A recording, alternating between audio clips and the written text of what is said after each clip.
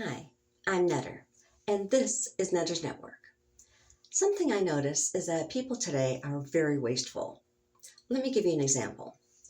When I was growing up, if you got a hole in your shirt or your pants, you didn't just throw them out and get new ones. You sewed them. And if you didn't know how to sew, then you would take them to the neighbor lady down the street, and she was a sewing wizard. She would make them look brand new. Same thing with appliances. If your toaster, refrigerator, or what have you broke, if you couldn't fix it yourself, you call the local handyman and he'd come down and take a look, and usually you'd pay him with a good meal and a couple of bucks, and he was happy. Speaking of clothing, those of you that come from larger families know hand-me-downs. I was the youngest of five, so that meant it went from my brother to sister one, sister two, sister three, then me. So that was a lot of clothing to go down through five children. So I had to wait a while if I wanted a particular shirt or a pair of pants. And usually by the time it got to me, it was hopelessly out of style. For example, I was wearing bell bottoms and platform shoes in the 80s, but I was styling. And I was wearing the cool kid clothes, so I didn't mind. In fact, back then, you never minded getting hand-me-downs because you knew that your parents worked hard, and it was just like a rite of passage. It's like, my sister's got that really cool shirt. One day that's going to be mine. And you just waited for it. And you didn't expect anything new, although you would get new things once in a while. Like, beginning of the school year, I would get a new shirt or new pants to start off the school year with. And usually it would be about 2 outfits. And of course, I always had to have new shoes because nobody in our family had the same size feet. But getting those hand-me-downs was just that rite of passage. Nothing was ever wasted. If the clothes were too worn to be worn, then Mom would cut them up into rags, and we'd use them for cleaning all kinds of stuff, dusting, and those of you that work on cars, you'd use those rags for wiping off the oil and all that. But if the rags were too worn to even be rags, well then Mom would use them for stuffing for your teddy bear. You thought I was going to say she threw them out. Actually, Mom didn't throw out anything unless it was too worn, too broken, too whatever to be used again. Then you threw it out, and then you got a new one. But you just didn't throw it out just to throw it out. If you had something that was still in good condition but you couldn't use it anymore, then you donated it. But for the most part, you used everything until you couldn't use it again. For example, as I was speaking, I was putting on my lotion and my foundation, and you probably noticed I was using the wand to put them on. Oh, you didn't notice. Oh, okay, so rewind and watch from the beginning, and you'll see me put on my lotion and my foundation while I was talking, and then come back to this point and we'll continue on. Go ahead, I'll wait. And while I'm waiting for you, I'm going to finish putting on my makeup.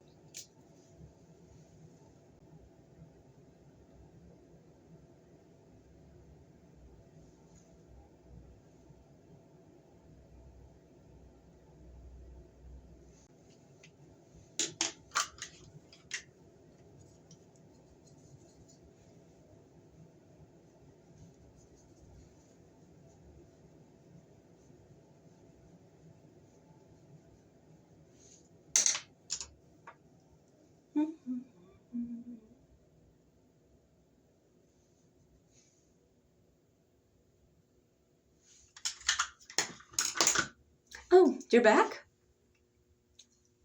Well, is everyone back? Oh, yeah, you in the back there. Could you close the door because there's a breeze? Thank you. So as I was saying, we didn't just throw things out because they had a flaw.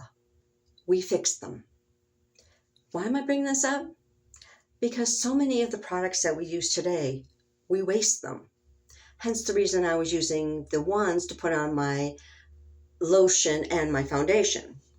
This bottle is pretty close to empty. Nothing comes out of the pump anymore. So if I go along the sides, I can get some lotion out.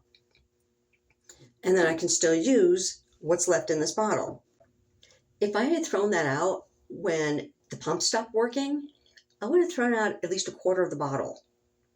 And that lotion is expensive. It was something like $18. And I don't normally buy expensive products, but this one, because I have really dry skin, it was guaranteed to get rid of the dry skin, so I was willing to try it. And naturally, I don't want to waste any of it. If I'm paying that price, I'm not wasting it. Same with my foundation here. When the pump stopped working, I just took the wand, went along the sides, so I can get out the rest of my foundation. If I had thrown this out when it stopped pumping, I would have missed out on 3 weeks worth of foundation. 3 weeks. I have been using this every day for 3 weeks, and I'm still going. I figure I've got at least another week's worth left in here before it's finally done. So that's a month's worth of foundation that I would have been missing out on had I just tossed it away once it stopped pumping. Something to think about. It doesn't matter if your product costs $1 or $100. You don't want to waste it. I mean, if you've got money to burn, maybe you don't care, but most of us don't. It just so happens this only cost me $1, but it's really good foundation, so I don't want to waste it. So that's just one way to keep using a product when you think it's empty. Because really, is it really? Another way to save is with your powder. For my powder, I cut it half and half with cornstarch.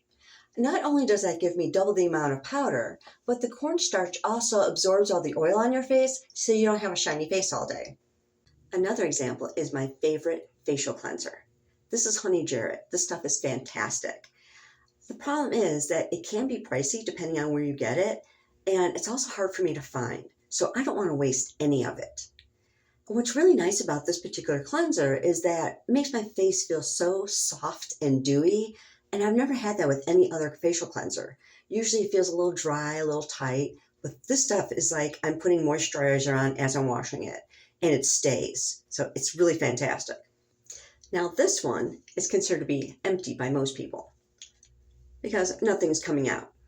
But I know that I can get anywhere from 3 to 5 more uses out of this container.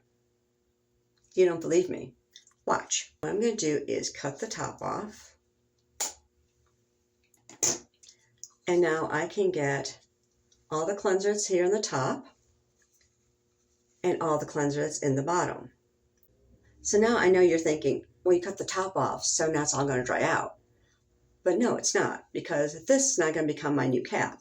So I'm just going to tuck the bottom part in, and now I have a new cap.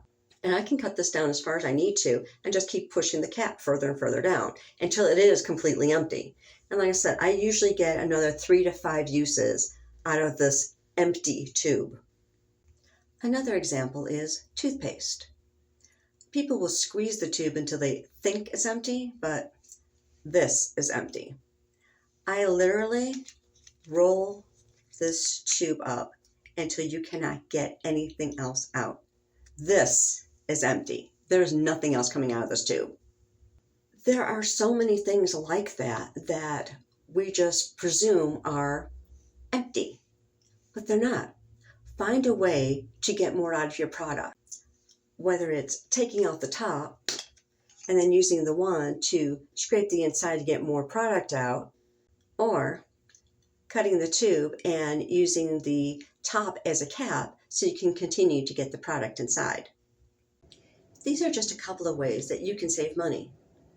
Look around and see if there's other ways that you can save. Are you using too much dish soap when you're washing your dishes?